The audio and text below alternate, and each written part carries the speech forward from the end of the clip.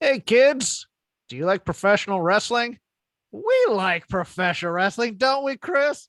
Don't we? Love Don't we? it. Yeah. Is it Shake Can't. Them Ropes? WrestleMania's here, baby. The road to WrestleMania, the road to sign pointing has begun. This is Shake Them Ropes. I am Jeff Hawkins. He is Chris Novembrino.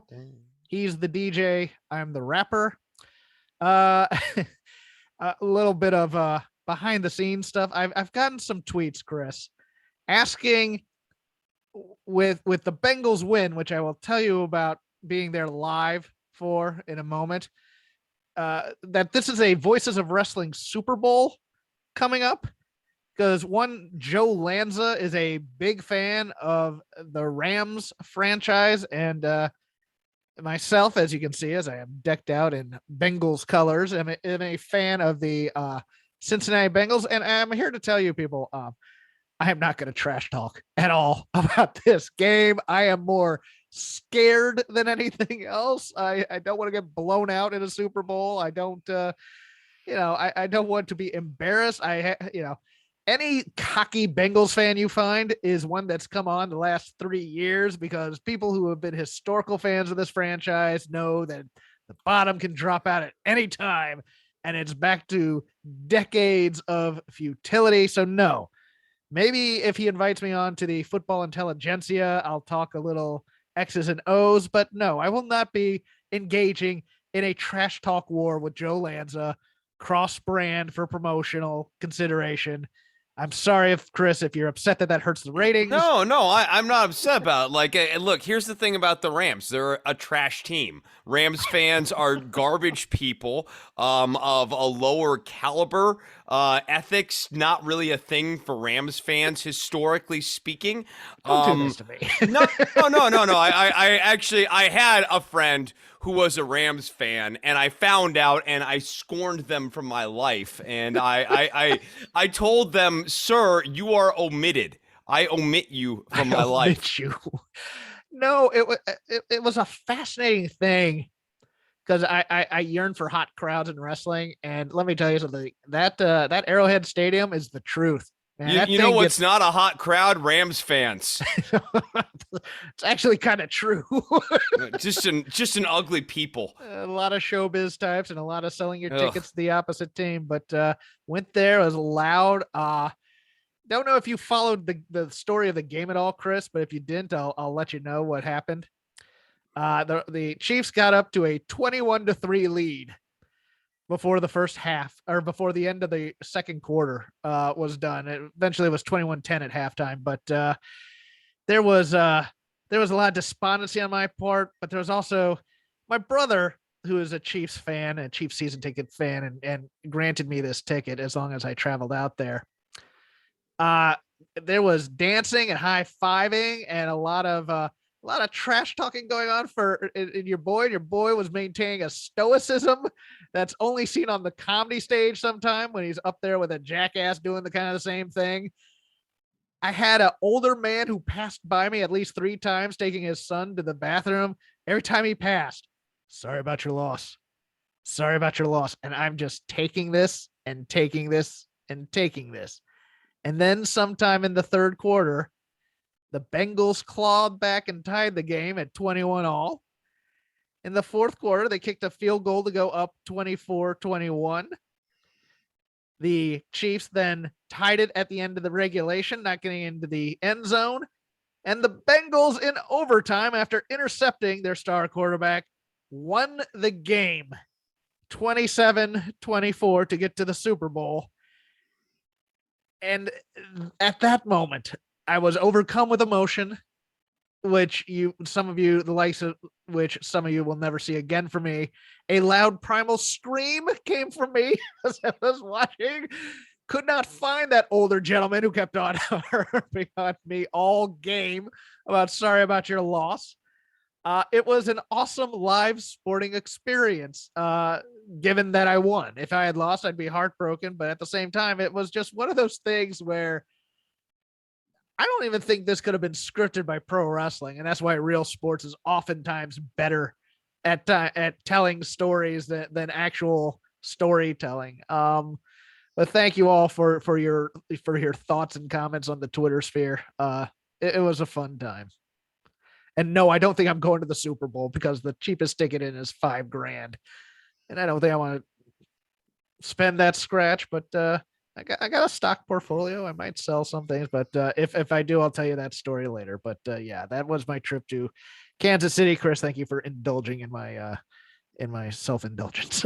No, I'm happy to. You sound like a good fan of football, unlike Rams fans who are bad people, trash humans, gamblers. They are fatherless sons, daughterless mothers. Yeah, like just aimless whoremongers. I mean, you're baseless. Yeah, just debased people. They kick babies. I mean, they're just the worst. Yeah, they lick phone poles. Yeah. But all these opinions are those of Chris Novembrino. Do not at me on Twitter.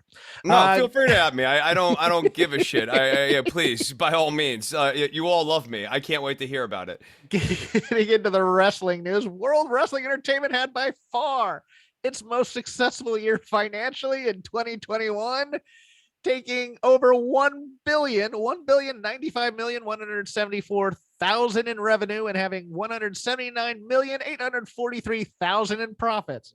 It was the first time the company tapped the $1 billion mark in revenue, with 85.5% of the revenue coming from media, which would be television and streaming deals, including the WWE Network internationally and Peacock domestically, what is left of pay-per-view and advertising and sponsorships. The switch to Peacock led to the WWE Network streaming and I already said that.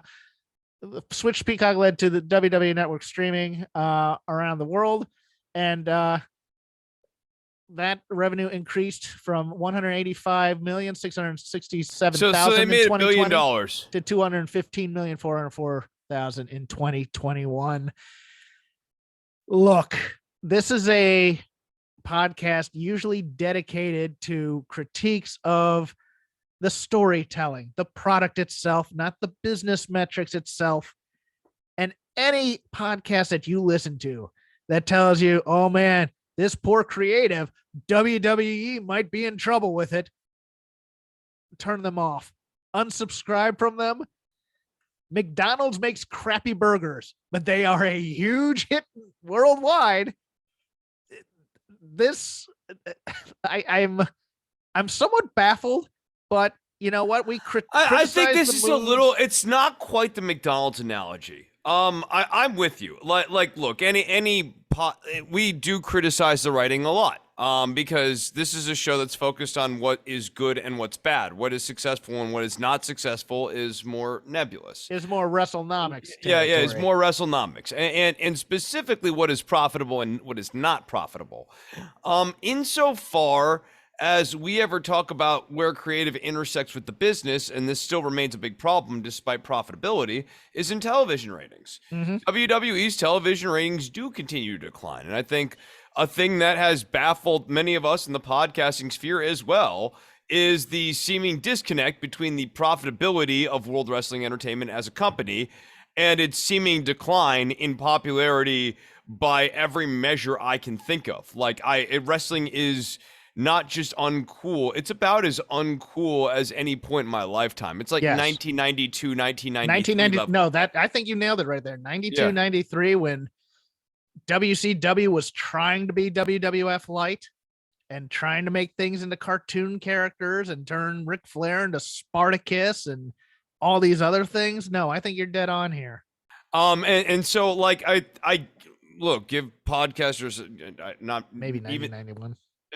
But like give all of the commentary a little bit of credit in the sense that we're like, there's still this weird processing of like the company's profitable and yet fewer people are buying the product, it seems. And like so it's the question continues to be, where's the money coming from? And obviously the glaring issue is all the times that WWE pleads poverty when they make these talent cuts.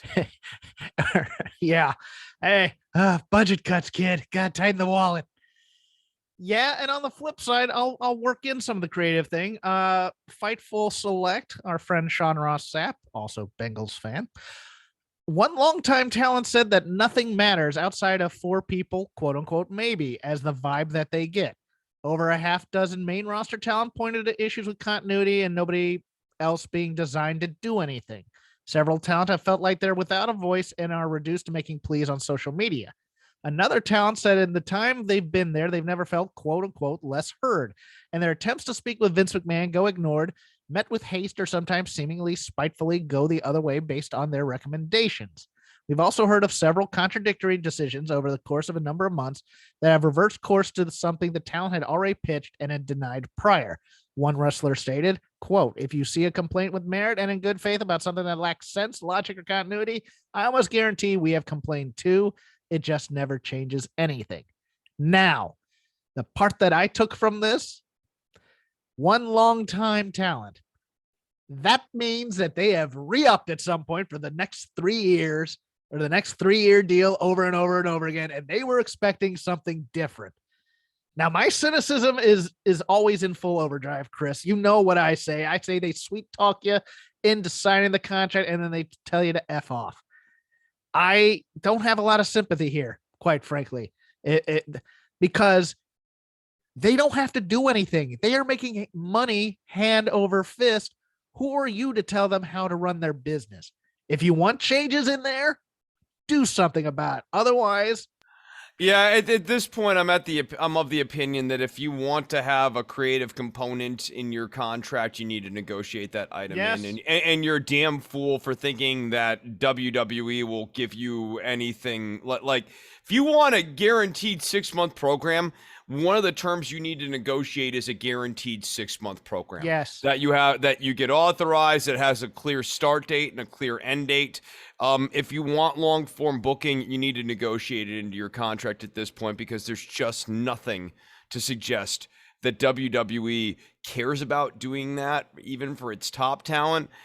And as a general rule, they don't care about doing that right now. Otis, try to, give me a 2-paragraph explanation as to the dynamic between Chad Gable and Otis in the Alpha Academy. There's nothing. One week they wear one stupid outfit, the next week they wear another stupid outfit. Occasionally one of them gets a haircut. Like there's not actually a plot there. If you want a plot, you're gonna have to ask for it. Yeah, it's one of those things where I read these reports and I get it, and don't get me wrong, I was critical of the people. It sounded like I was being critical, but I do empathize and sympathize with them. The problem here is I also think they want it both ways. I think that they want that creative freedom, but they also want the money from the escalation clauses that you get for having time in WWE and things like that. And there's a trade-off here. There is a definite trade-off. You can have the economic security, but you're going to have to do what you're told. Or you can go out there and hustle and do what you want and find a startup or even an AEW if they'll take you, and see if they'll give you creative freedom. But you can't have it both ways. And that's a risk. And I get, as you get older, it's a risk a lot of people don't want to take. And I'm fine with that too. I'm fine with your decision so long as you can live with your decision. I think that's my problem here. Yeah, I think that's true. And I mean, it will, I think, forever gnaw at me that for as profitable and as successful on many metrics WWE is, that I will forever believe that whatever profit they did in this last quarter, 1 billion plus, they could have put on a good television show and done at least as much profit, if not better profit. Like, you could make these guys more profitable. And I think, like, this gets back to something you and I were talking about before the show with Goldberg. How Goldberg's entire profitability is due to one really good and strong push for this guy. And WWE still hinges upon it. And we can sit here and, I mean, we're not going to, but we could do, 10 minutes on the last 10 years of WWE not making stars and thus not having these profitable assets to bring to their own television. I think for as much profit as this company has brought themselves with this model, I think the talent sees, rightly so, that they could be more profitable if they were doing, better things with a guy like Ali. Like, literally anything. That guy's marketable. He could be far more profitable than he currently is. in terms of what he does for the company. And I think there's a lot of guys like that. Matt Riddle, I don't really care for him, but the fans seem to really like be into the guy. Probably could be doing better than what he's doing right now. Braun Strowman, my God, there's a guy who no, I mean, there's a guy that should have been built up, ready to do action movies, doing, like he's the heavy in this summer's action movie every single year. Like this is just a company that's not building up stars. And I think in terms of where does that intersect with the business, I think it does hurt their profitability, but it's in a much more subtle way. So it's not just like, wow, Raw is a very stupid 3 hours. Can't believe this company's making money. I think that's a reductive way of looking at it. But like when you're not using those 3 hours of Raw to make the stars of tomorrow, you are hurting the profitability of the company, in addition to just not making a very entertaining to watch television show. Action movies and comic book IP are the hottest thing in the space. And they have a whole roster full of people that they could put to use in that, as John Cena has shown. And he is excellent in Peacemaker. If you guys aren't watching that, I highly suggest you do. I know, like, shouldn't the Usos have already done 1 or 2 cameo appearances in a superhero movie as like some like twin, like, superheroes? G.I. Joe, like, Tomax and Zaymot. That's what I want. Yeah. I know. I get any your number. Point, yes. Yeah. Action movies, everything. I mean, these guys, WWE could be making a third stream of revenue, but no, we know how to make movies too. Here's See No Evil 12 with Kane. Just like, oh God, what? No. Speaking of one Braun Strowman, the other side of his WrestleMania program from last year, one Shane McMahon was brought back as a secret entrant in the Royal Rumble and also to produce the match. He has since been told his services are no longer necessary with the WWE. The plan was originally that he'd help produce a match, but then go into the Elimination Chamber and then finally wrestle Seth Rollins at WrestleMania. I thought, editorial note here, thought it was going to be Austin Theory for sure. That story seemed to be getting set up real well, but no, it was Seth Rollins was the plan. But it turns out that there were complaints about how he wanted to build the match around himself and issues involving co-producer James Gibson, aka Jamie Noble.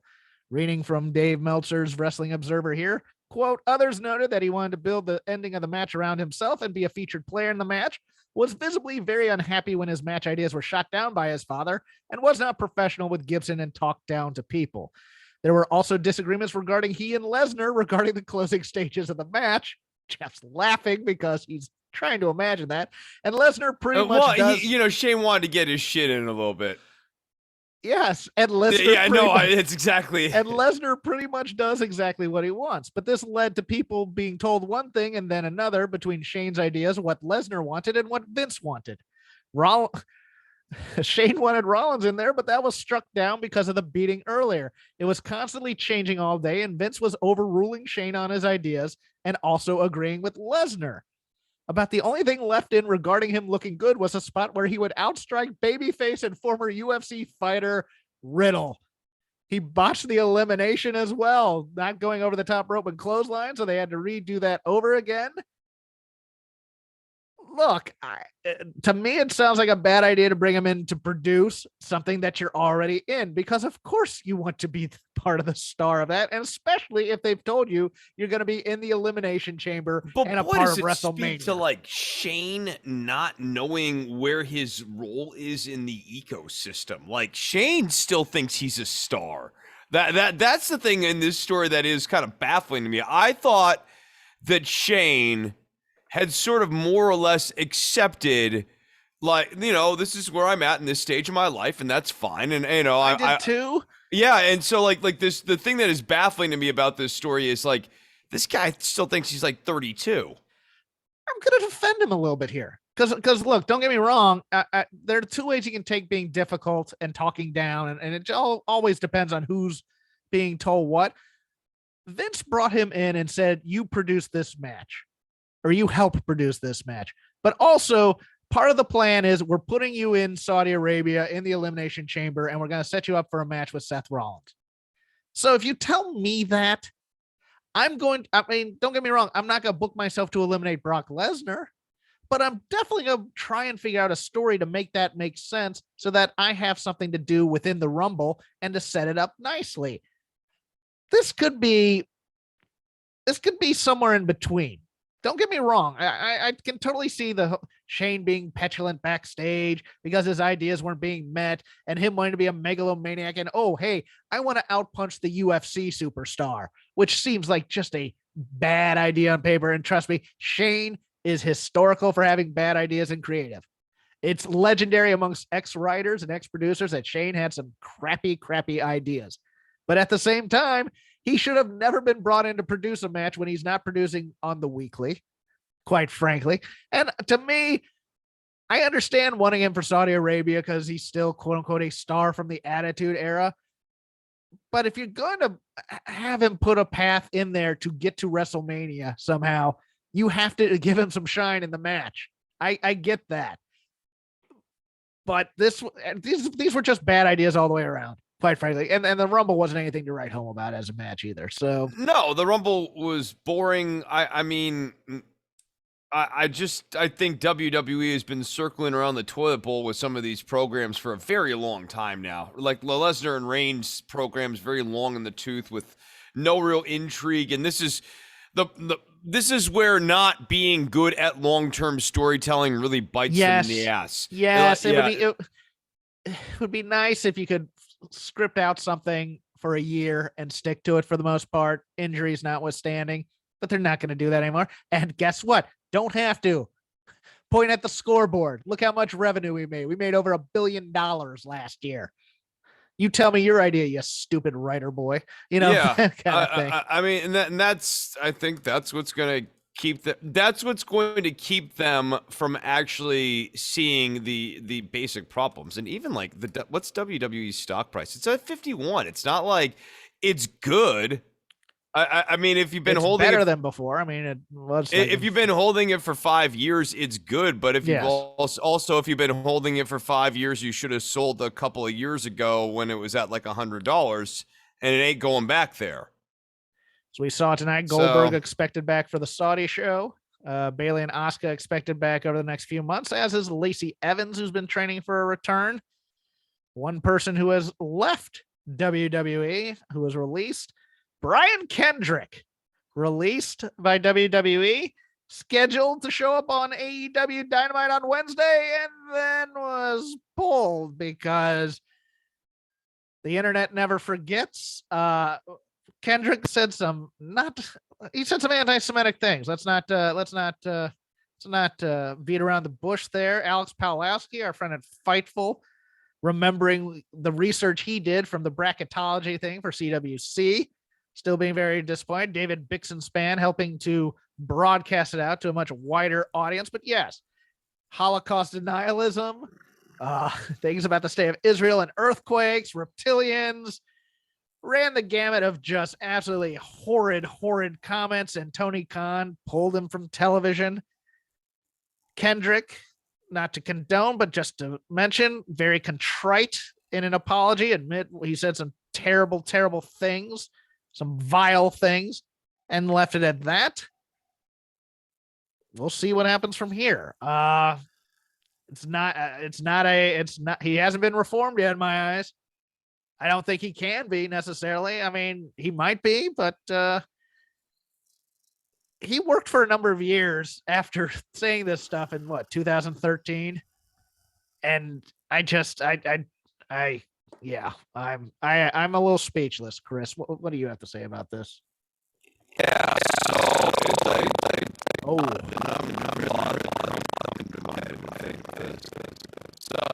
you sound like you're drowning in water here, kid.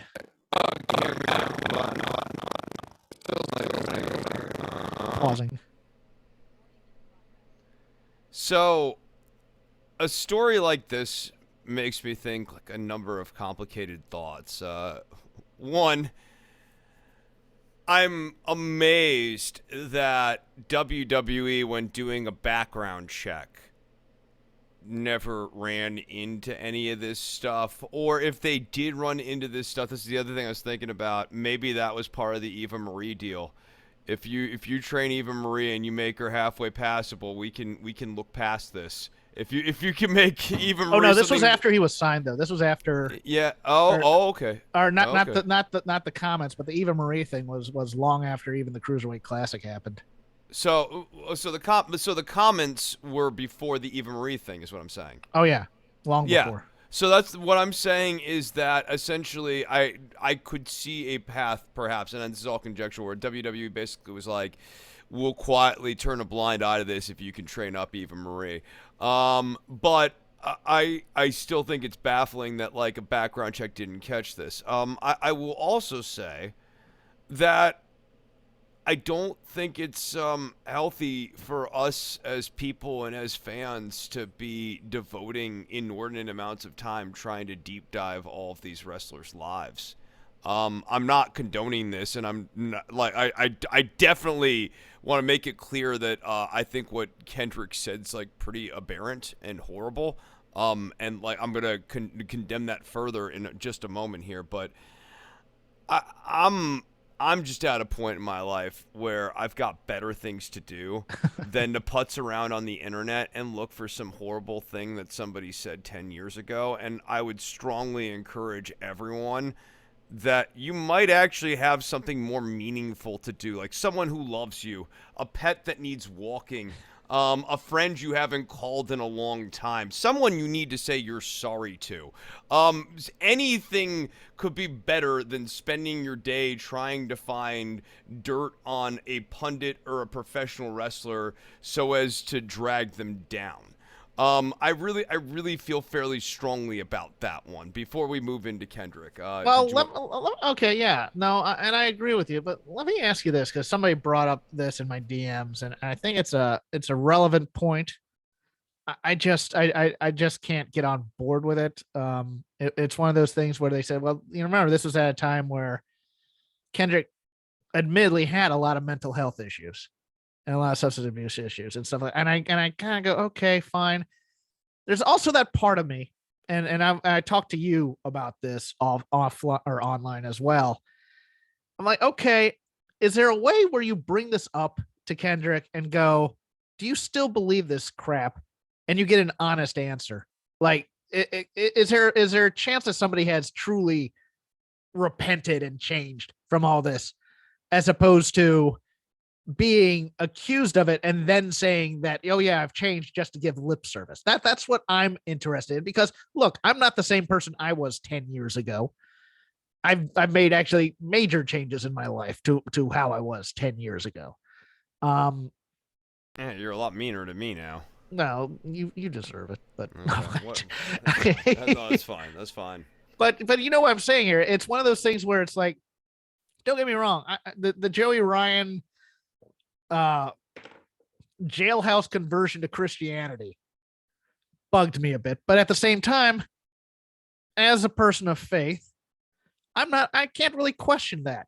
It's like, it doesn't matter how you come to, I mean, you can question it, but at the same time, well, feel free to outsource. Feel free. I'm always here as a favor if you need to outsource that task. Yeah, it's one of those things where it's like, you know, well, this timing is certainly, you know, prayer is the last refuge of a scoundrel. And to me, what helped Brian's case in some cases, in a little bit of a case, is he was just contrite with being wrong. He didn't make an excuse about it. He was just like, I did some terrible things.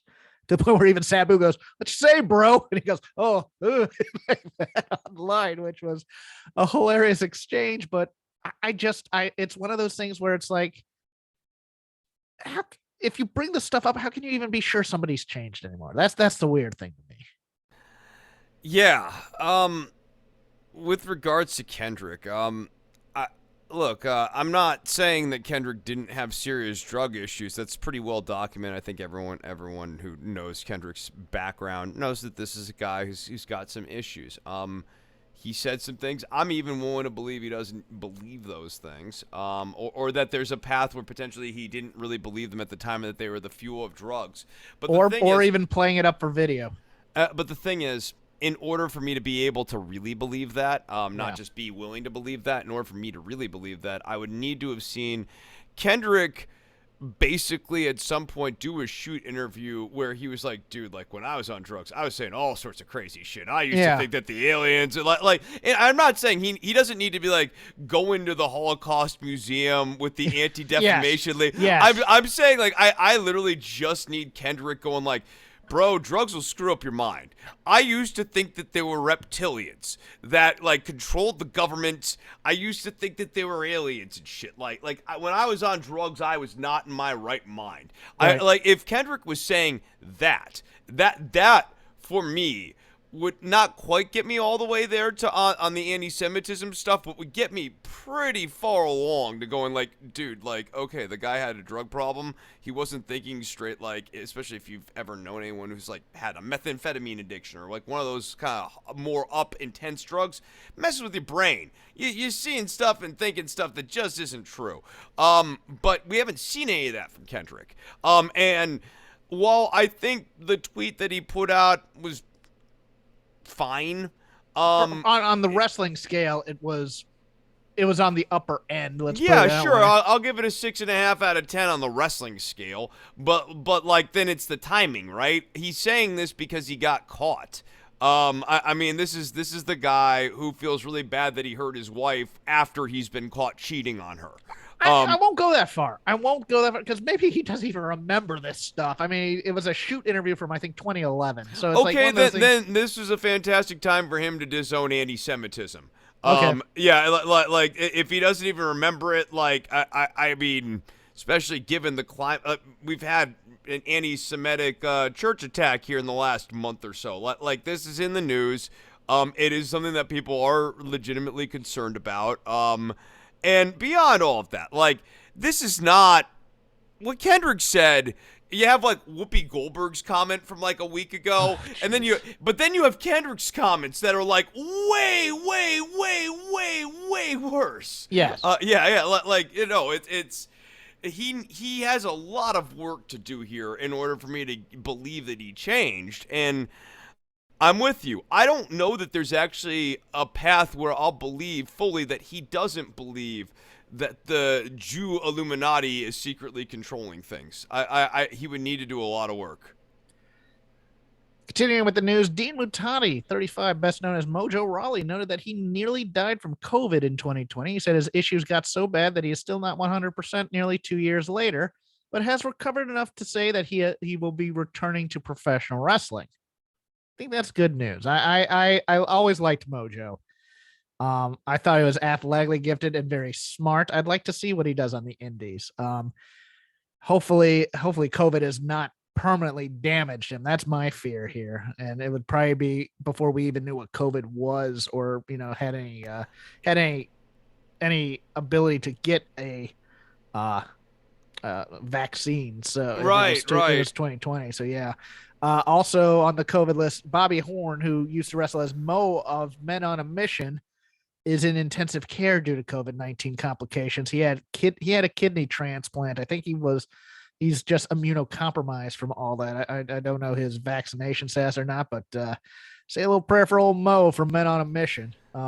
Yeah, I mean, like, look, Mojo Rawley to me it is a cautionary tale as to why it pays to be risk, and I'm not saying he wasn't. I want to be really clear on this. Like, it's why it pays to be risk averse when it comes to something like COVID-19. Especially at the start of the pandemic, there were a lot of unknowns about this, one of which ended up being long COVID. That, you know, for the people who thought that this was just the flu, you get the flu for a few weeks and then you're over it. On like the longer end, maybe it goes upwards of a month on the longer end. Long COVID, as we're seeing, is really doing a number on like fully healthy people. Like Mojo Rawley, of all the people to think long COVID doing a number on, Mojo Rawley, it's actually kind of like that's what he's so high energy in a profession that's high energy. I still think about that NXT entrance. Oh, I was exhausted watching that guy go to the ring. That's like Ultimate Warrior. Yeah. Oh no, it was like more than the Ultimate Warrior. Like those first initial I don't stay hype, I get hype, I stay hype entrances. They're out of this world in terms of energy. It's crazy to think that this guy would have been at a point where he was low energy in any way. And it's just a real testimony to how this thing can really fell a strong person. Mojo Rawley's a strong dude. In sad news, Mauro Ranallo, former NXT announcer and Strikeforce and boxing announcer for Showtime, has signed to host a reality show on CBS called Beyond the Edge. The show debuts on March 16th in the Wednesday time slot from 9 to 10 p.m. time slot. The show is about 9 celebrities who give up their luxury lifestyle to live in the dangerous jungles of Panama, probably with production assistants and catering, but nevertheless. Is the sad news that these celebrities are not going to be actually left to their own devices and we just film it? And then Mauro Ranallo is having any part of this farce.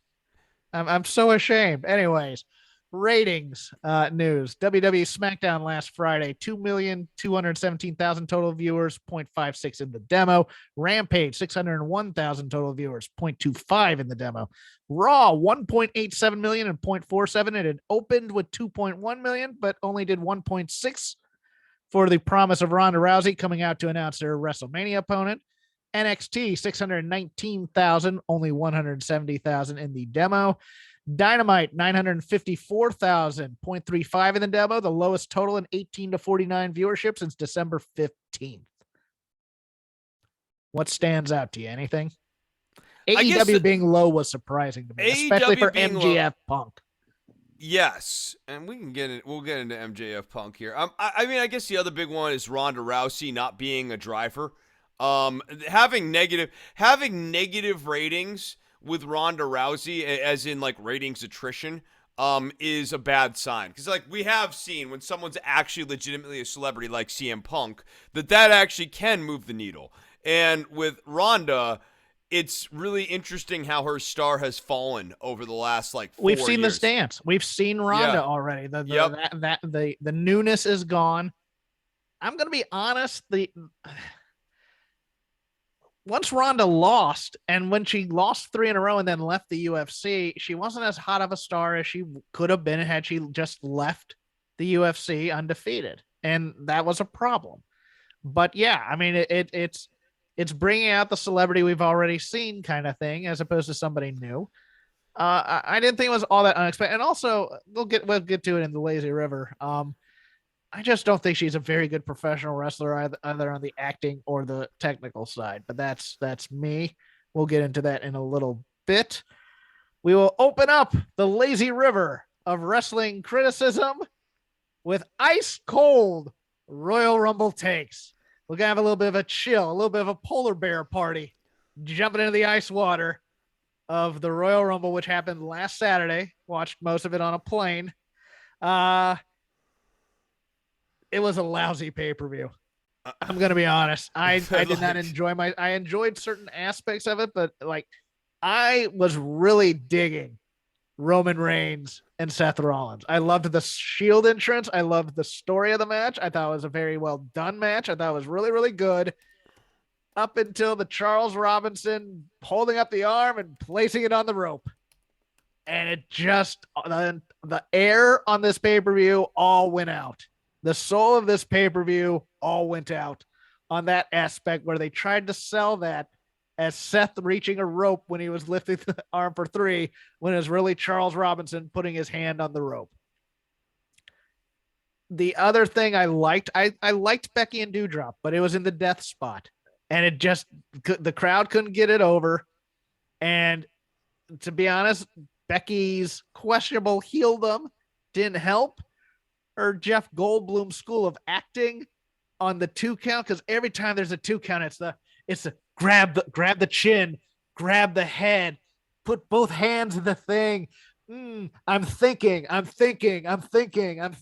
something. If I'm doing this for radio, but I'm also on video, so you'd have to watch that to see. But yes, there's some very Jeff Goldblum-esque antics going on with Becky every time there's a kick out. The Women's Rumble was terrible. It was dreadful. They don't have 30 women who can fill a Rumble, and that's a problem. And plus, there were some things that just did not make sense in that damn thing. Sasha being eliminated by Zelina Vega. What? You know, they said, oh, we all know what Summer Rae's going to go after. No, because not all of us live on Twitter, so we all didn't know she was going after Natty because of the Total Divas feud. Oh. They did nothing with Mickie James and she got unceremoniously dumped by Lita. Her entrance was fantastic. She got a huge pop in St. Louis. Did nothing with it. Most of the legends were legends and just old stories. It's the same people we've seen year after year. Sure, Ronda came out and won it. That was pretty big. They reignited the feud with Charlotte. Okay. Men's Rumble. I mean, like one last thing. Normally the 30 slot is something relevant. And in this case, the 30 slot was Shayna Baszler, and it meant nothing. I liked they tried to tell the story of the alliance between Ronda and Shayna, but they really didn't get there for me. That's true. That's not true. A lot of times they make 29 the climax, and then 30 is kind of anticlimactic. That's true. Yeah, but usually there's like there's usually one last really important person. It's like Ronda at 28 normally it'd be someone in that 29 or 30 slot or whatever. I don't know. The men's rumble was kind of an afterthought because everybody knew as soon as Brock lost to Bobby that Brock was coming into that rumble. I think it was a bunch of guys that nobody believed could win the rumble for the most part. I think that's the other thing is because they've now made this about main eventing WrestleMania. Only main eventers can win this, and I don't think Dominic Mysterio anybody's going to be thinking that he's going to be winning the rumble if he pulls number 30, and I don't even think the main eventer issue is the biggest problem, so long as you actually have 4, 5, 6 guys going into the rumble who you credibly view as a main eventer and who fans might earnestly want to see go on a road to WrestleMania push. Yeah. And the big issue here is like no one cares enough about Shinsuke Nakamura right now to want to see him go on and I like Shinsuke. I like Shinsuke. Love Shinsuke. Yeah, like I like Shinsuke. No one cares about seeing him on a road to WrestleMania push. AJ Styles, indisputably a WrestleMania main eventer. Yes. No, not heated up anywhere near to the point where you'd actually want to see him go on that. Drew McIntyre, no. Meh. Kevin Owens, no. Although it would be a guy I would love to see in a WrestleMania main event program. Yes. Not there right now. And then Big E. I liked that guy. Whatever happened to him? Did they ever do anything with him? You know what? As we transition out, because I don't think we have any strong opinions after this on the rest of this Rumble pay-per-view, because everything was leading to the aftermath on that whole Rumble match is about Bad Bunny, though, basically. Yes. Yeah, outside everything prior to Lesnar's scene was basically Bad Bunny is a great wrestler who can hang with the rest of our goofus roster. Yeah, Bad Bunny's out on tour and stuff, but he can come to the Rumble and beat the hell out of all of our weekly guys. And they wonder why only 4 people maybe matter in the company after grumbling about that. It's because nobody stands up and goes, "This is effing ridiculous. Why is he?" Well, he's a celebrity. It'll get us hits on Extra or Entertainment Tonight. Yeah. But there's also a downside to that.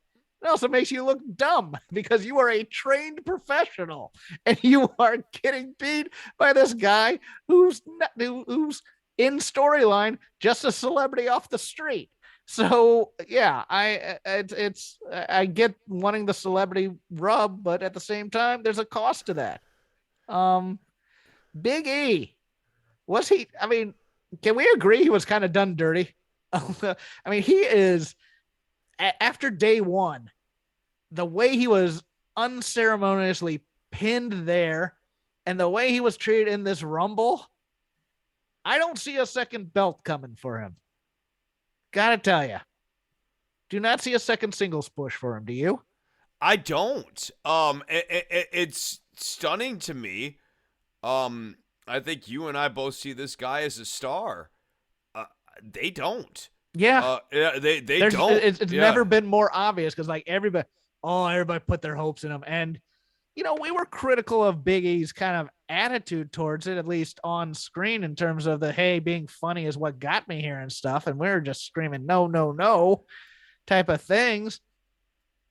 I'm not saying it was a self-fulfilling principle of self-fulfilling. I don't think it was a self-fulfilling prophecy because in order thank for you. some of the stuff that you and I want people to do, like, grab the mic and just like go WWE's not go interested. Bullworth on it. Like the fans are like not actually there for a Bullworth moment from Big E right now. Yeah, you know what I mean? That is an arcane reference, my friend. Yeah, all right, okay. Pipe bomb. I'm Thank sorry. you. Yeah, CM Punk. All right. Not a lot of Warren Beatty fans. In Whatever. The You guys need to go and watch some good movies, you nerds. Warren Beatty's never made a good movie. Other than Dick Tracy. Yeah, there you go.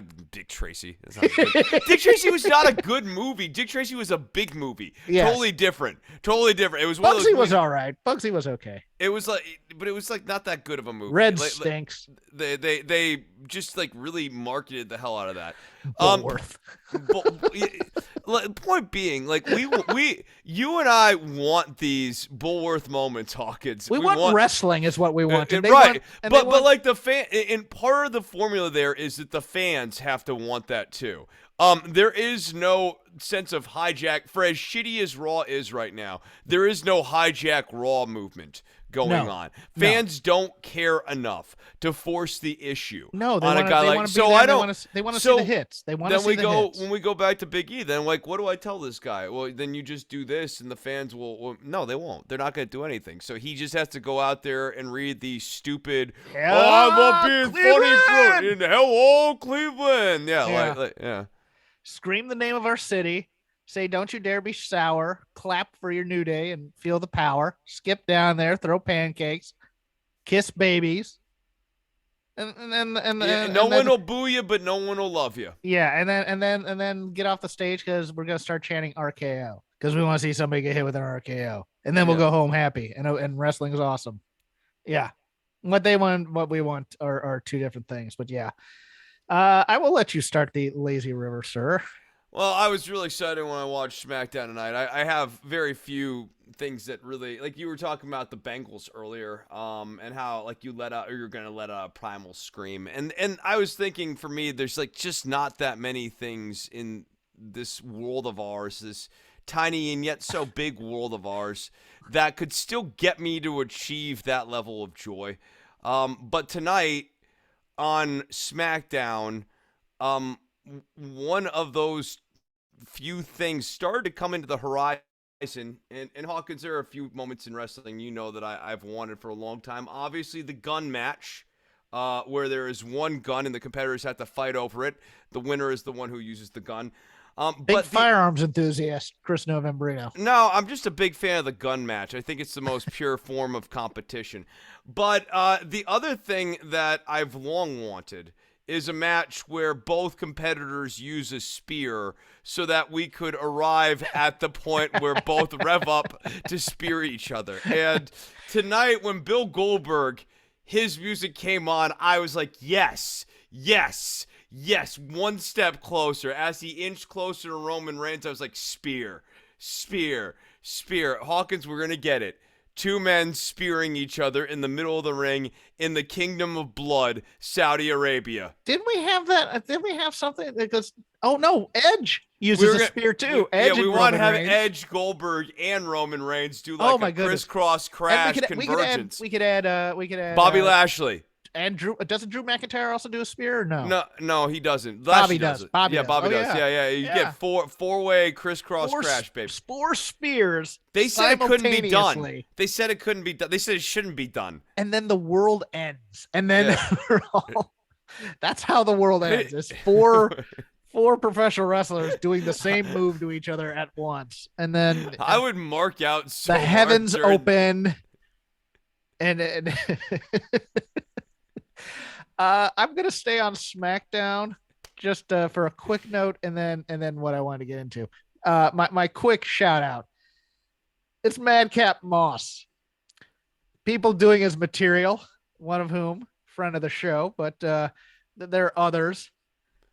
This is much like Adrian Chase in NXT. It's so bad, it's good, and it's grown on me. Madcap Moss's jokes are actually getting better, and I'm frightened by this, Chris, because they're actually funny. Like he's actually doing a good job of cheering people up, doing this. The Scott Free joke Yes. was actually funny. Yes. These jokes are great, and it's frightening me because I thought the gimmick was supposed to be he tells bad jokes and makes people laugh, but instead he's telling decent jokes and making people laugh, and it's and number two, it's coming from the former Riddick Moss, who had a exercise gimmick in NXT. He was Tino Sabatelli's other half in NXT when you thought Tino was the star. I'm amazed. I like him better than Baron Corbin, even. I just, yeah, no, it's like not even close. I think Riddick Moss has a lot more personality than Madcap Moss now, yes. Madcap Moss. I just think the guy has a lot more personality than Corbin. Corbin's I get that he's a guy who's willing to do whatever the company asks him to do, and that's why like there is a certain niche of the audience that has strange respect for him or whatever. Yeah. But his promos aren't actually any good. In the ring, he does like 3 moves, and you could say he's working the WWE style. But like, if you're gonna say someone's a good wrestler, wouldn't you want to also be on terra firma that they know anything more than the standard 5 WWE moves? Like, I don't like. By any objective measure, I just don't see anything good, even really about. No one gets hurt. I think he does what he's told, and that's good. Yeah, and that's fine. That's fine is not good though. Yes, yeah. That's what I'm saying. Like, I think Moss is actually good. I think Corbin's at best fine. Now to my point that I wanted to bring up, and that is one Ronda Rousey.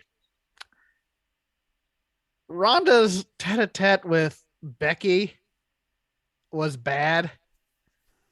The tete-a-tete with Charlotte, probably worse. Charlotte's the only person who can actually try and baby Ronda, and I don't think that's going to happen. But I realized what my problem was.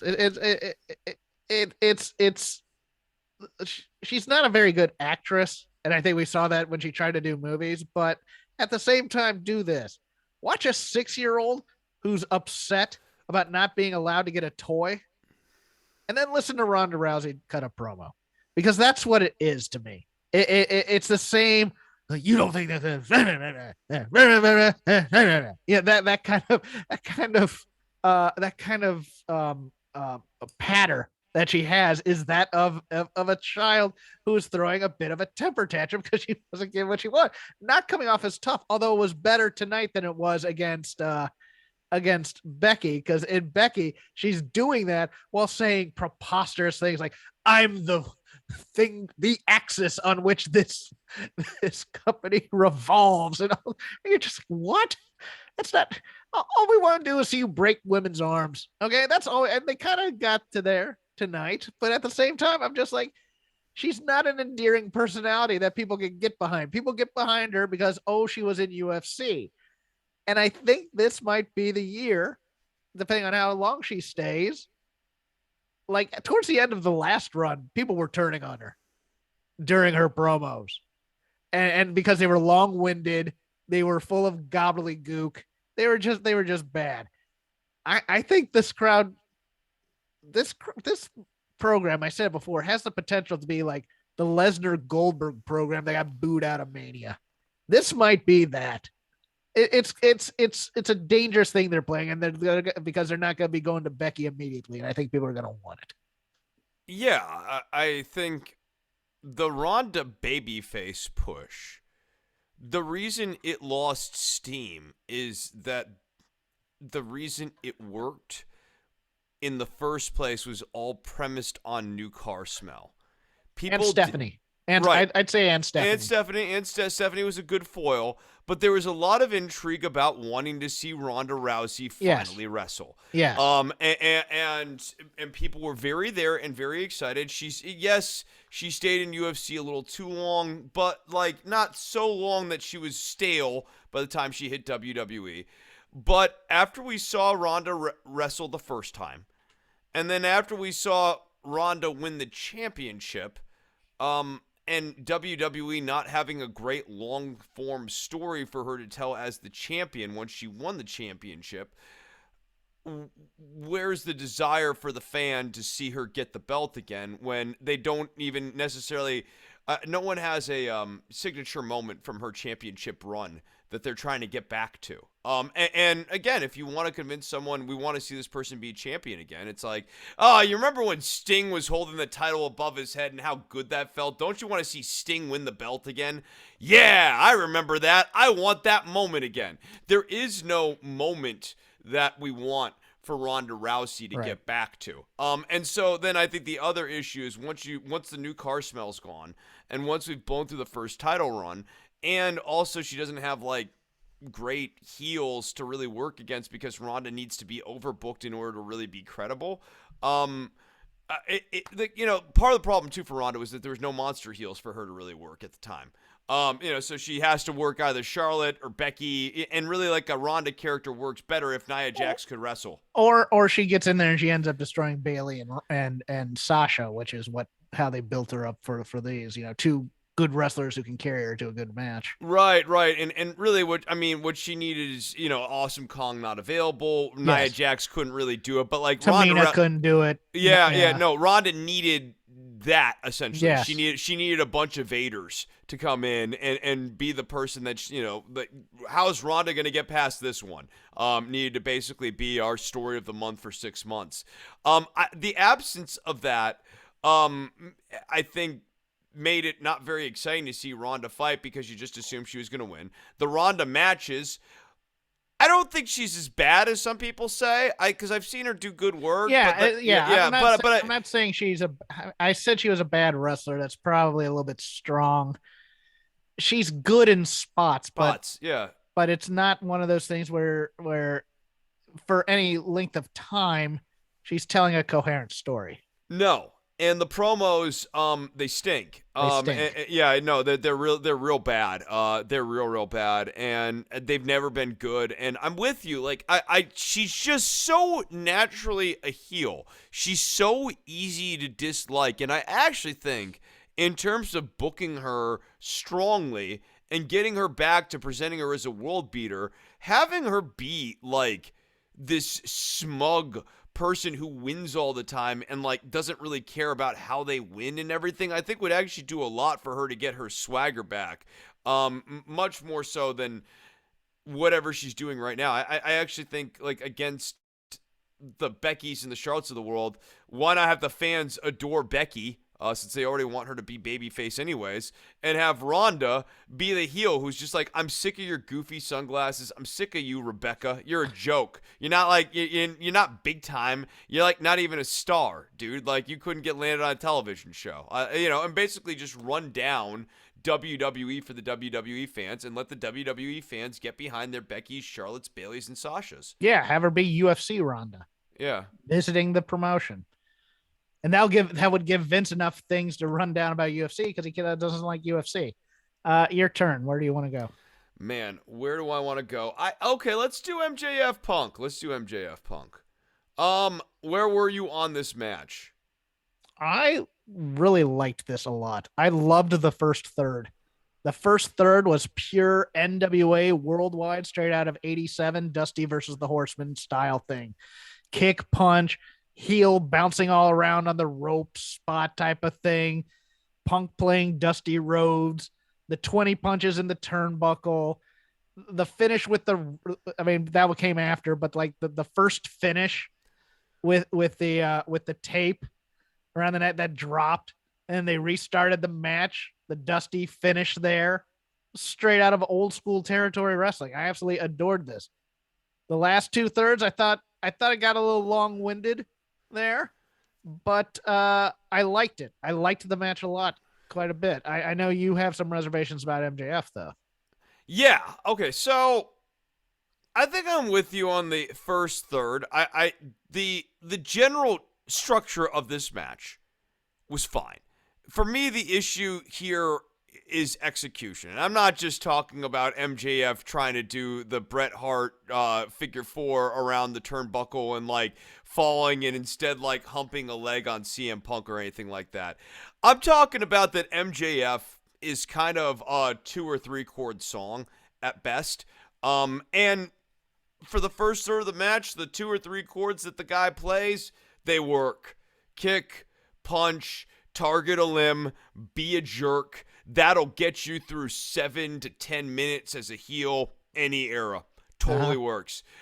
Beyond minutes 8 and 9, I need suplexes. I don't need you to be doing dives to the outside. But I do need. They did minimal high spots. And I liked that too. And high spots meant something. But I need the strikes to mean something. Yes. I need the suplexes to mean something. I need. MJF has sort of one, as I was saying, 2 or 3 chords when it comes to doing his heel work. It's he gets you on the ground, he works a limb, he gets into his rest holds, he goes back to kicky punchy, maybe does a dastardly thing, goes back to his rest holds. Some of this stuff is well within the contours of what we expect out of heel work. I'm not saying a heel shouldn't be doing limb work. Of course they should be. I always talk about this.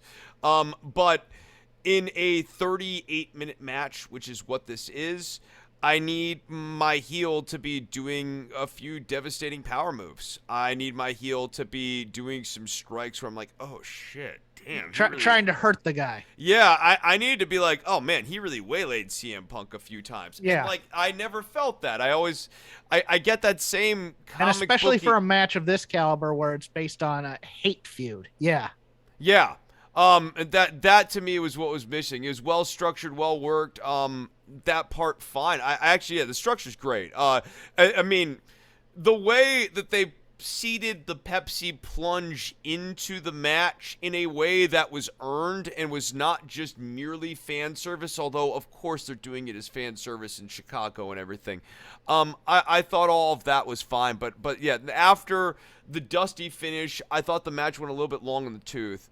And I hated the way that we used Wardlow at the end of this. You didn't like that the past few weeks have been a red herring for the most part? No, because then last week should have been a much harder sell. Okay. Yeah, and if the past few weeks were a red herring, then if that was going to be a really successful red herring storyline, the crowd should have been frothing last week for Wardlow to save CM Punk, and they were not. The crowd didn't even bite on this, so I didn't think it was a successful thing. The only thing that I thought was smooth was the Wardlow hands off the ring that part was dope. That was great. That was great. The problem is that no one was really ecstatic that Wardlow was going to turn. And it also didn't necessarily make a lot of sense that Wardlow was going to turn in Chicago. The only way that would have made sense is if Wardlow had left Cleveland and like stormed off mad at MJF, livid at him, like disgusted that he had been embarrassed in his hometown, that all this had happened in front of the people that he loves or whatever. And so that there's this real question when Wardlow comes down. I just like, I didn't like that. It didn't work. Here's the problem for me and why I say it didn't work for me. I'm not interested in seeing Wardlow become a face now. Yeah, and that's the issue here. Is I'm not interested in the Wardlow face turn anymore, and he's arguably the most interesting member of Pinnacle. I just with MJF, I get that he is clearly passionate about the business. I get that he is trying. He just doesn't tick enough boxes for me. Okay. Yeah. I'm gonna stay on AEW Dynamite, and two segments that just have me baffled because I don't know if people know that the roles that they're supposed to be playing here. The first was that Chris Jericho promo. Now Jericho at this point has become very WWE Jericho in that every time he comes out, he's trying to make a new T-shirt happen. And he was doing that again with another catchphrase, trying to get that to go. But also, he's cutting this promo that's almost heel-like when he's been in the right this entire time in terms of what he did for Proud and Powerful. And it's not making any sense. And you're watching this and going, all right, is he supposed to be the babyface or the heel here? You don't know. You don't know why he's acting this way. When he did save Proud and Powerful with the Judas effect from the outside for the pin, it just, these things aren't clicking. They're not connecting well as a story. Well, yeah, that's like stupid, right? Like, shouldn't Yes. Proud and Powerful have seen the replay by Yes. now and seen that like the reason they won the match is because Jericho hit the like that's stupid. The whole time only passes when you're at television. Drives me insane. It's like you had a week to patch this stuff up. Show them the tape, you dope, and then come back to work the next week, and everything's cool for the most part. You know, it's not. But no, time only happens when the TV cameras are on. So in this world, it's one big continuity thing where it's just ridiculous. The other one, and that's not even consistent with other continuity because it's like the Young Bucks and Adam Cole and Red Dragon, they were able to see the replay of their match a few weeks ago. Yes. Yeah. It's only certain people have access to video for some reason. The other one was this Brandi Rhodes, Dan Lambert segment where I'm watching this and I'm going, what is the end game here? I understand that the only way to really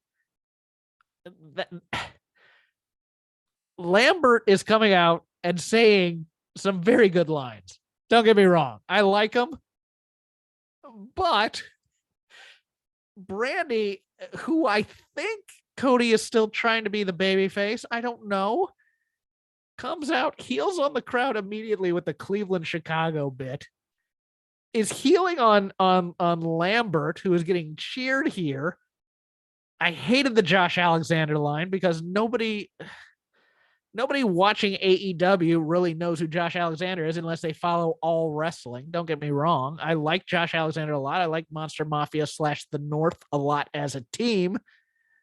But Excalibur needed to explain who Josh Alexander was rather than leave that lingering. I thought he was a sports guy. I'm going to circle back actually to note on MJF Punk, by the way, as well after I finish this. So look out for that. But yeah, no, this whole thing was just baffling to me. Like, what was the point of it in the end game? I just did not understand that. Maybe you can give me some clarity. I just want to add this one coda because it's a note I had for the MJF Punk match. The thing that upset me the most about this match is I wanted finally Schiavone, especially, and I wanted that announcing booth, but especially Tony Schiavone, to channel their inner David Crockett and to be actually actively cheering CM Punk on against MJF. For weeks, they've been calling him a prick and talking about how terrible a person MJF is. This is the time. Lance Russell used to do it. Bob Caudle used to do it. All of your quote unquote straight objective wrestling announcers used to do it.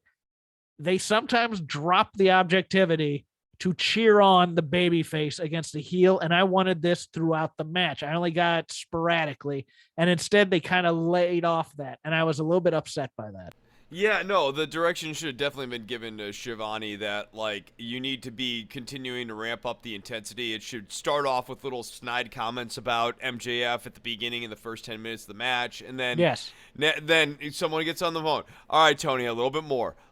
Final 10 minutes, Schiavone needs to be a naked partisan for CM Punk. And when Wardlow hands the ring off to MJF, Schiavone should actually be screaming. Schiavone needs to be needing to be held back to fix this. The JR should be trying to calm Tony down. Yes. Yeah, like that. No, he needs to be the vehicle. It's small stuff, but it's big stuff. Yes. It's small, and that does add up to viewership. As you know, we always talk about ratings begin the show, but I will forever be thinking about that CM Punk needle spike in the ratings when the first week he came back. When people care and when people are really interested in what a real star is doing, they want to see it. And the little stuff, that matters. That gets people. That gets people to decide whether or not they think an MJF and CM Punk feud is worth their time. And I don't know. For me, this is a nice match. If I had to give it a star rating, I don't know, 3.75 or something. You know how dogged I am on that. Do you know? Can you answer my other question? What's the end game on this Brandi Lambert thing? Boy, baffled.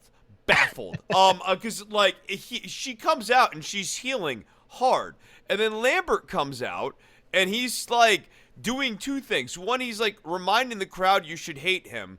And then two, he's just like having a fight with Brandi, and like no one likes Brandi. And no one really likes Cody, and everyone wants them to go heel, so much so that Lambert's even bringing it up.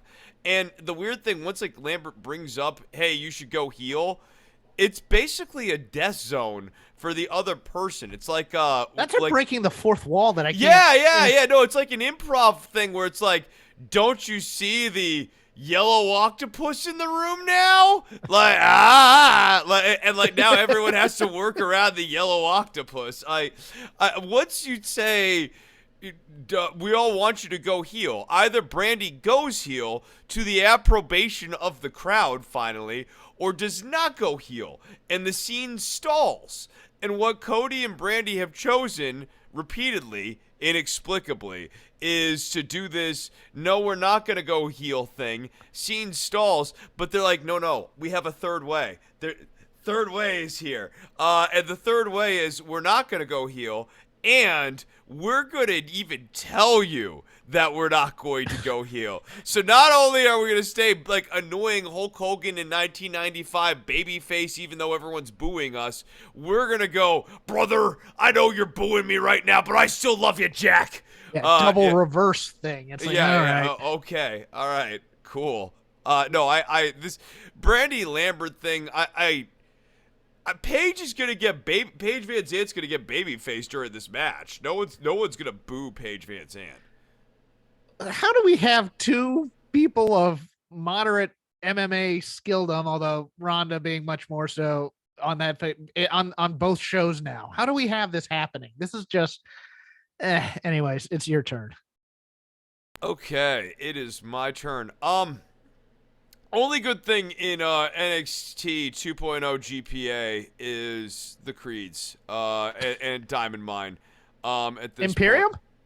Point. Oh, you mean Gunter's faction with his new buddies Klaus and Fritz? Yeah, like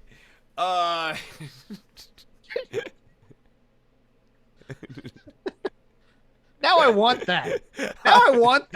You see, you can't throw that joke out there. After the promo, it would have been great if Walter goes, I am Gunter, and then Bartel's like, I'm Fritz. We the Katzenjammer kids. I still like Wendy Chu too, actually. No, I mean, I will say this: the opening match, for what it was, I was like so here for this Imperium versus the Creeds thing. Like this is really good. Outside of that, I mean, there's nothing really on this show worth writing home about. Wendy Chu is fun. But like it wasn't like Wendy Chu versus Amari Miller was anything. No. But she's fun, and I'll take fun rather than trying to tell me something's fun. Yeah. Well, right. I'm with you. It's same thing with like Andre Chase. Like at least he's like legitimately fun. Yeah. No, but that's NXT 2.0. It's pretty much that. I'm gonna go to Raw and then I'll go to Rampage. So I have two left. I don't know how many you have left, but Otis and Chad Gable are turning chicken S into chicken salad. Especially Gable in this run. He's finally just learned to just, you know what? I'm not gonna fight for any athletic credibility. I'm just gonna be a goofball. And he's great at it. And this is not the role Otis should be playing at all. Don't get me wrong. I much rather loved dumb blue collar solid Otis. But they are making the most of this just stupid academic challenge angle. And I love the ridiculous tights and with the wetsuit or whatever the hell they were wearing here. You have to give credit where credit's due. They're never going to try and improve this product. So if somebody's thriving or at least doing something with a bad idea, I give credit to it. The other thing I wanted to bring up to you, how are we feeling about this Becky Lynch Lita match in Saudi Arabia? The Follow-up question: are they going to paint a thong on Lita's bodysuit when she has to dress up? Yeah, I'm like fascinated as to okay, what's Lita's outfit there going to be like? I guess the other part though, beyond like that is, man, when Lita came out, she felt like a bigger deal than Ronda Rousey. Like Lita's return, I would never have blocked it to happen at the same time as Ronda Rousey's return. But having those two stacked up against each other, it felt like Lita was the bigger deal. I thought that was a real big mistake in the way that they did that. Yeah, it's one of those things where I understand for the Saudi Arabia shows, we want to bring legends there because they were asking for legends before. You recall the first show for Crown Jewel, it was they wanted Yokozuna and the Ultimate Warrior, both who had passed away many, many years ago. Lita's part of that Attitude Era thing. I guess the money was too good to pass up. I'm not going to judge her for that necessarily. I know some other people have online.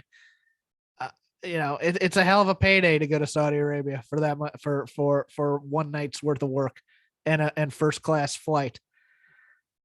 I have you been clamoring for a Lita match? No, and the issue's never the first class flight there. It's the return flight that seems to be the issue. Yes. Yeah, I don't know. But it's also one of those things where it's like the women's legends are the same legends they always bring back. They're not bringing anything new. Does Lita still have?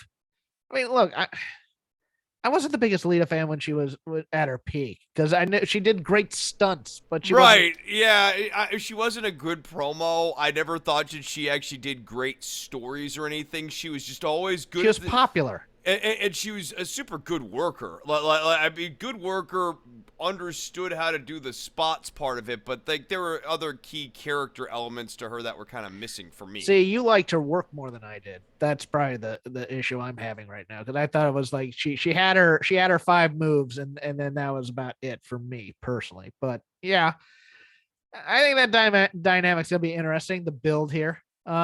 We'll see what they do with it. I mean, I find Becky to be an atrocious heel. I do. She's too likable. If you watch, she's too likable. She doesn't know how to not be goofy in terms of being a heel. She doesn't. That's the other thing. She never knows how to not be goofy. And the best like when heels, she was the man, she was goofy. When she's big time Bex, she's kind of goofy. And she's naturally goofy. In this company have been people like Ivory, have been people like Victoria, people who have like there's no humor to their stock. I mean, there might be 1 week or another, or whatever, but like their stock character is a humorless, cold, no nonsense, thing, and like that. I mean, we can say that that's a trope or whatever. Maybe we need a more modern version of the heel. I grant all of that. I'm open to that discourse. In WWE's universe, though, they need heels that are of that cloth. And whenever you need a serious heel rather than whenever you get to like goof heel, especially in the women's division, it never works. Yeah, she's coming off to me like female Miz in this aspect. But yeah, no, I get that feeling. Yeah, and I don't want you to read about Raw. Please don't read about Raw. No, dude. I was reading about Raw here. I was like, Jesus, I can't even make good jokes on this one. Like, it's. I mean, the only thing I will say is that Veer has been coming for so long that I think he needs to go and see a doctor. Yes. It's like it's supposed to stop after about 4 hours. Yes, Peter North thinks that he's been coming for a long time. That was fine. Yeah, bring a towel because Veer's coming again. All the jokes. I mean, he's come so much, he's now gone. I mean, that's has he passed the Glacier threshold yet? Though, yes, he's passed Emelina and Glacier at this point. Nice. As actually, people who were coming for a long time and then stopped coming for some reason. I need to stop using that terminology. What's next for you if you have anything? Like, oh man, what's next for me? I guess we can go to Rampage because that's the only thing that we really. Yeah, that was what I was gonna end with. I have 2 notes for that, but please go with yours. Okay. I thought that bringing attention to Mercedes Martinez losing via disqualification was a very weird thing. Like, it was weird that commentary chose to hang on that note. Oh my God, there's never disqualifications in AEW. I don't know that that's a good thing. Like they were saying that as a value positive thing, but like I think especially for those of us who like just watched the MJF CM Punk match, that's like maybe the last match that's like in your mind, in your head, that probably should have ended in a disqualification. MJF should have been disqualified. So Yeah. it was weird for them to. I mean, it's like a small continuity error, but it's one that stuck out to me. I will say this, because I was going to talk about the Mercedes thing too. I love the multifaceted aspect of that backstage promo afterwards with Tony. I watched that and I went, this is a fantastic story. She knocks Thunder Rosa out with the pipe. We thought when she appeared during the TBS tournament that it was Jade who hired her or Mark Sterling, but it turns out that it was Britt Baker who hired Mercedes Martinez because she doesn't trust the two heavies who are in her employ already to get the job done already, which is sowing doubt between but specifically, them. it's Hater. Hater. That Baker's and Rebel is still yeah. I love Britt. Flunky. Yeah, still a flunky. But it's Hater who the rift is now being. But now you have a plethora of stories if you want them amongst the bad guys, so to speak. Well, Thunder Rosa could be Clint Eastwood, and if you wanted to, but you have Jade maybe not trusting Mercedes. You have Mercedes and Hater. You have Mercedes and DMD. You have Mercedes and Rebel. You have Jade and DMD.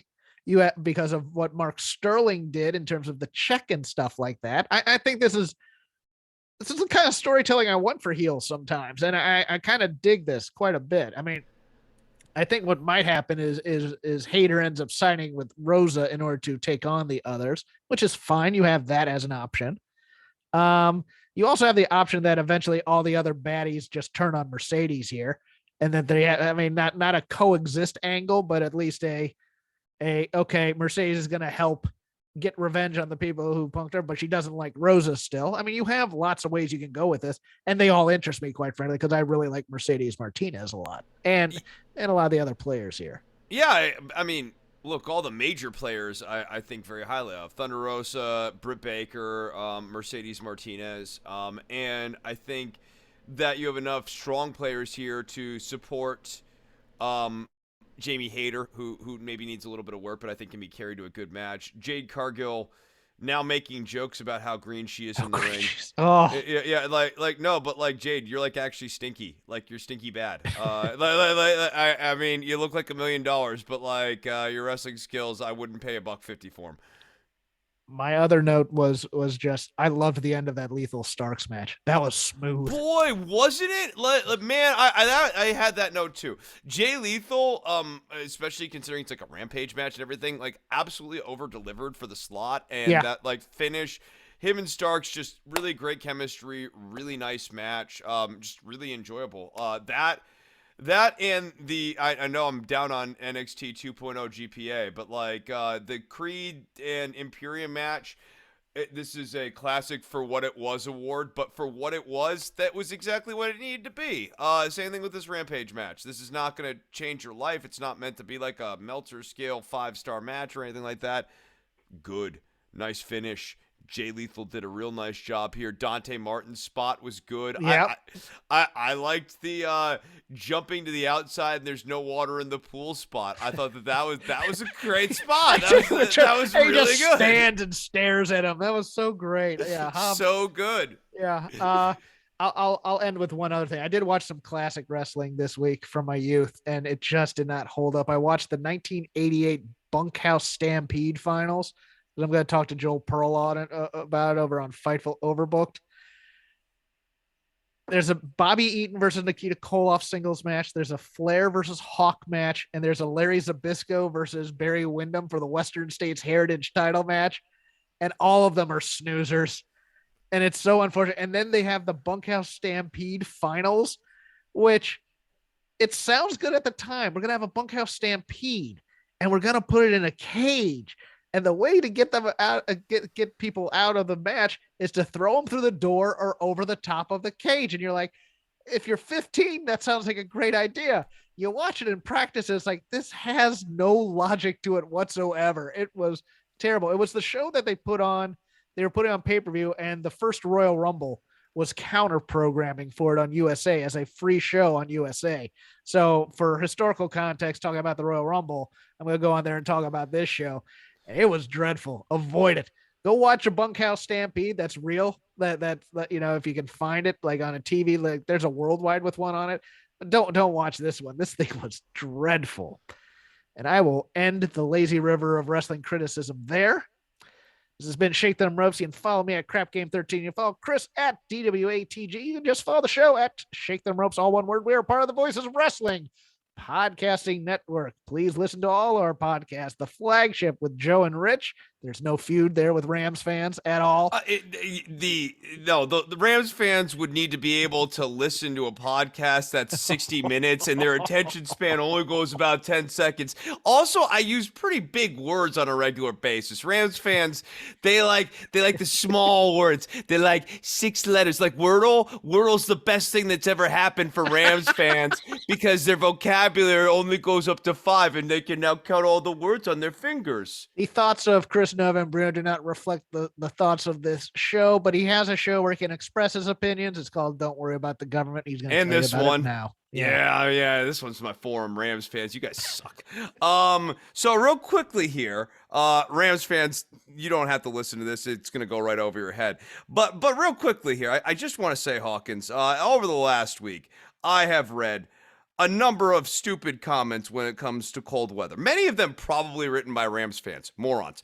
But I just want to say this to all of you. If you don't live in Texas and you want to make your little stinky dink jokes about, 2 inches of snow in Texas shuts down the whole state.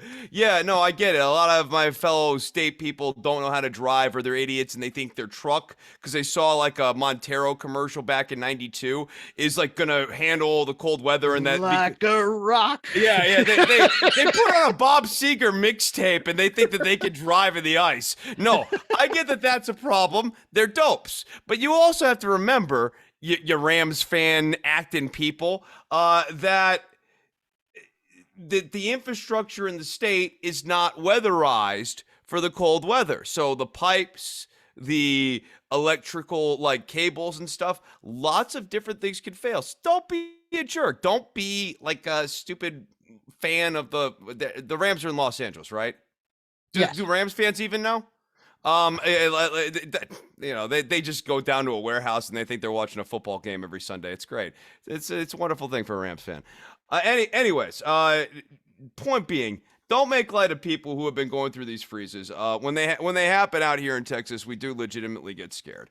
As for Don't Worry About the Government, you can find that at don'tworry.tv, at patreon.com/DWATG, on iTunes, Stitcher, and Spotify. I also did an appearance on Matt Lewis's show, Matt Lewis in the News.